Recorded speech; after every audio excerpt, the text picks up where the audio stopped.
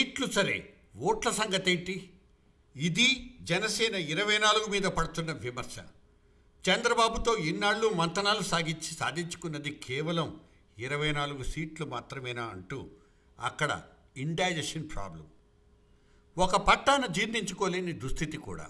తమకి ఇన్ని తక్కువ సీట్లా అంటూ ఒక పక్క రచ్చరచ్చే అవుతోంది. పోనీ తన 24 సీట్లతో జనసేన అధినేత ప్రకటించిన సీట్లు కూడా కొన్ని ఊహించినవే. నాదెండ్లకు తెనాలి సీటు ఖాయం అనుకుంటున్నది. నాగబాబుకు లోక్సభ కండువా కప్పాలనుకుంటున్నారు.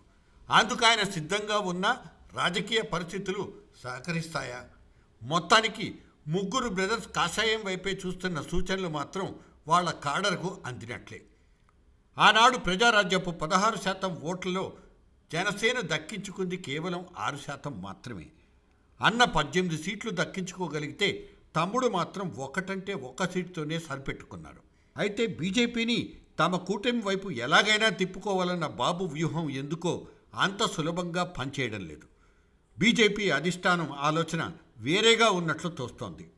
జనసేన తాను ఎన్డీఏలో భాగస్వామినంటూ తేల్చి చెప్పినా తెలుగుదేశానికి ఎటువంటి అభ్యంతరమూ లేకపోయింది. తన ఎన్డీఏ భాగస్వామి జనసేన ఎన్నికల్లో పోటీ చేస్తుందంటే బీజేపీ చేతులు దులిపేసుకుని కూర్చోదన్న ధీమా బాగుంది. నిజానికి ఆంధ్రప్రదేశ్ క్షేత్ర స్థాయిలో అధికార వైసీపీ బలహీనంగా ఉందన్న వార్తలు వాళ్ళ దగ్గర లేకపోలేదు. అయితే ఇంకా పూర్తిస్థాయి సమాచారం వాళ్ళ దగ్గర లేదన్నదే ప్రస్తుత పొత్తుల జాబితా నిర్ణయం కాకపోవడానికి కారణమంటున్నారు. ముఖ్యంగా గ్రామీణ ఆంధ్ర ప్రజానీకంలో ప్రభుత్వం పట్ల ప్రచారం జరుగుతున్న స్థాయిలో ప్రభుత్వ వ్యతిరేకత లేదన్న వాదన గట్టిగా వినిపిస్తోంది.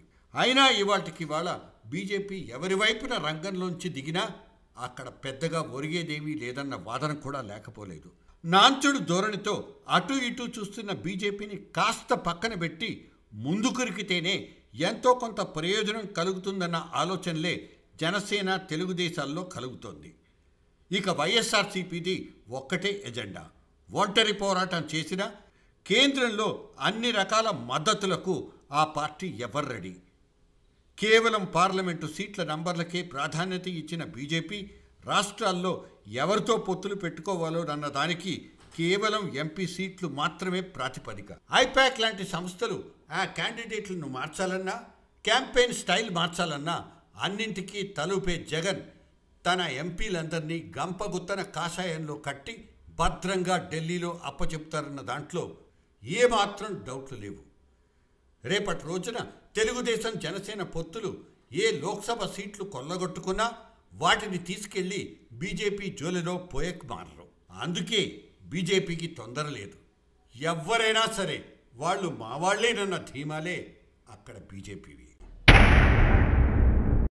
జర్నలిస్ట్ డైరీ ఛానల్ని సబ్స్క్రైబ్ చేయండి. ఎప్పటికప్పుడు జర్నలిస్ట్ డైరీ అప్డేట్స్ నోటిఫికేషన్స్ కోసం బెల్ ఐకాన్ మీద క్లిక్ చేయండి.